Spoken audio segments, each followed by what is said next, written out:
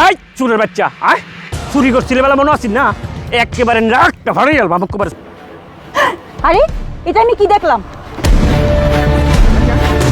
এই দাঁড়ান, ওনাকে এভাবে গরুর মতো বেঁধে কোথায় নিয়ে যাচ্ছেন? ম্যাডাম এটা সুর এর লাগিয়া গরুর মতো এর বাইন্দা লইছি ম্যাডাম। আমরা এর লইয়া থানাত গেলাম, আপনারা যেহেতু ফাইলছি অনেক ভালো কাজ হয়েছে ম্যাডাম। এখন আপনার কাছে আরে আমরা হ্যান্ড ওভার করে দেব। এই শুনেন, উনি চুরি করছে, উনি কিন্তু অন্যায় করছে, কিন্তু আপনারা এভাবে বেঁধে নিয়ে যেতে পারেন না। আপনারা ওনার বাঁধন খুলে দেন। ম্যাডাম এই খুলে দেন বলছি।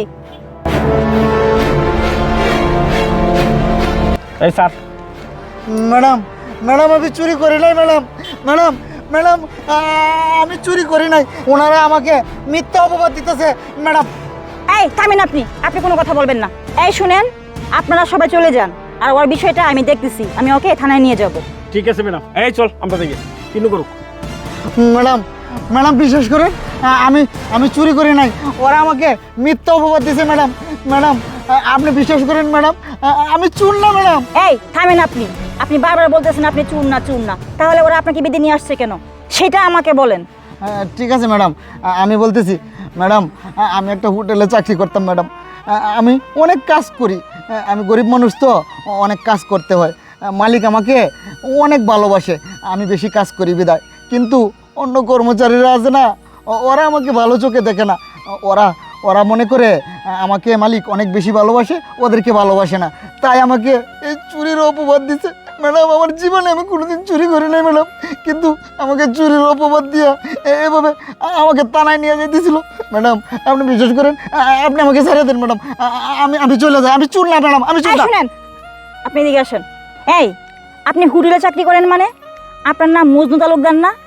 আপনি আমাকে চিনেন না, কিন্তু আমি আপনাকে চিনি। আপনার নাম অনেক ধন সম্পদ ছিল, আপনি অনেক গাড়ি বাড়ির মালিক ছিলেন, আর আজকে আপনি হোটেলে চাকরি করেন মানে? আপনার সেই ধন সম্পদ টাকা পয়সা কোথায় গেল? আর আপনি বলতেছেন এখন হোটেলে চাকরি করেন, বিষয়টা আমি কিছু বুঝতেছি না, একটু খুলে বলবেন? ঠিক আছে ম্যাডাম, আমি বলতেছি আমি কেন হোটেলে চাকরি করি। ম্যাডাম তার আগে আমাকে একটা কথা বলবেন। আমার নাম মজনু তালুকদার, আর আমার টাকা পয়সা ছিল, বাড়ি গাড়ি ছিল, এগুলি আপনি কিভাবে জানেন ম্যাডাম? আপনি একটু বলবেন আমাকে। ও আচ্ছা, এই কথা। এই শুনেন, আমার পরিচয় আপনাকে পরে দিচ্ছি, আপনি শুধু এতটুকু জেনে রাখেন, আমি আপনার বাড়িতে গেছি এবং আপনার ফ্যামিলি সবাইকে আমি চিনি। আপনি শুধু আমাকে বলেন আপনি হোটেলে কেন চাকরি করেন, আপনার ধন সম্পদ কি হলো? ম্যাডাম আপনি যেহেতু এত কিছু চিনেন, আমি হোটেলে কেন চাকরি করতেছি আর ধন সম্পত্তি কী হইলো, আমি তাহলে বলতেছি। ম্যাডাম আমার মা বাবা তাদের ইচ্ছা মতো, আমার অনিচ্ছাকৃত আমাকে একটা বিয়ে করাইছিল।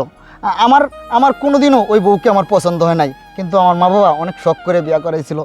ওই বউকে আমি অনেক মারধর করতাম, একদিন মারতে মারতে ঘর থেকে বের করে দিছি। এই নিয়ে আমার মা বাবার সাথে অনেক ঝামেলা চলতেছিল। তারপরে আমার ইচ্ছা মতো আমি একটা মেয়েকে বিয়ে করেছিলাম।